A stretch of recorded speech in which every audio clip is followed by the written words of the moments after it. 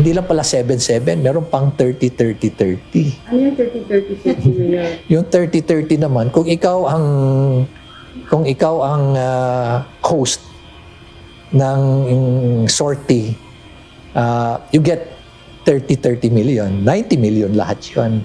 30 million AX or ATAP, 30 million na MAIP, and 30 million na tupad. Ito ang bagong ibinunyag ni Baguio City Mayor Benjamin Magalong hinggil sa umano'y anomalya sa ayuda ng pamahalaan na kinasasangkutan ng ilang mambabatas. Can you just imagine? Ganun kalaki. 90 million. Kaya pala, no wonder, ang daming nagbo-volunteer to sponsor yung host yung sortie.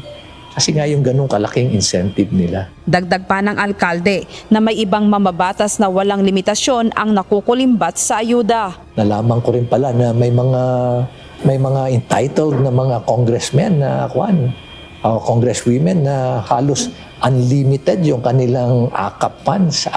Nakakalungkot. Ganon din yung kanilang mga MAIP at yung mga tupad funds, unlimited, halos unlimited. Ayon pa kay Magalong, hindi lang basta porsyento ang nakukuha ng mga korap na mga mambabatas sa pag-host nila ng payout ng mga ayuda. Di ba corruption yun na paano mo nadi-disburse yung ganun na easily, kaya mong i-disburse yung ganun? Tapos ang nakakalungkot nga nito because unlimited yung funds nila. So in short, yung mga ninakaw nila sa porsyento nila at yung mga nakuha pa nila sa profit dahil sila na yung contractor at sila pa yung supplier, hindi pa pala nila na ilalabas. Intact pa yun. Dahil ang ipinapamigay na lang nila muna, itong mga ayuda na nakukuha nila.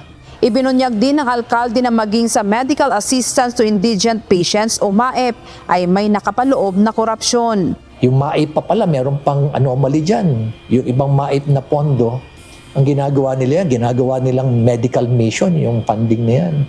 At doon sa medical mission na yan, i-jack up nila yung price ng medicine at yung services nila para may rebate na ibabalik doon sa politiko. Ikinadismaya ni Mayor Magalong ang tila kawalan ng pakiramdam ng matiwaling mambabatas na ang dapat sanay pakinabangan ng may hirap nating kababayan ay napupunta pa sa kanila. Nakakalungkot isipin na ganun na katindi, ganun na ang level ng corruption na as if it's now being committed with impunity.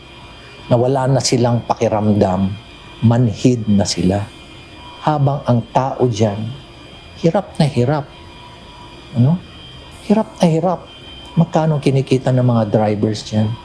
Swerte na, 500, 600. Mga vendors, 400, 500. Habang yung iba rito sa mga napakakurap na politiko, they can easily make 1 billion pesos in a year.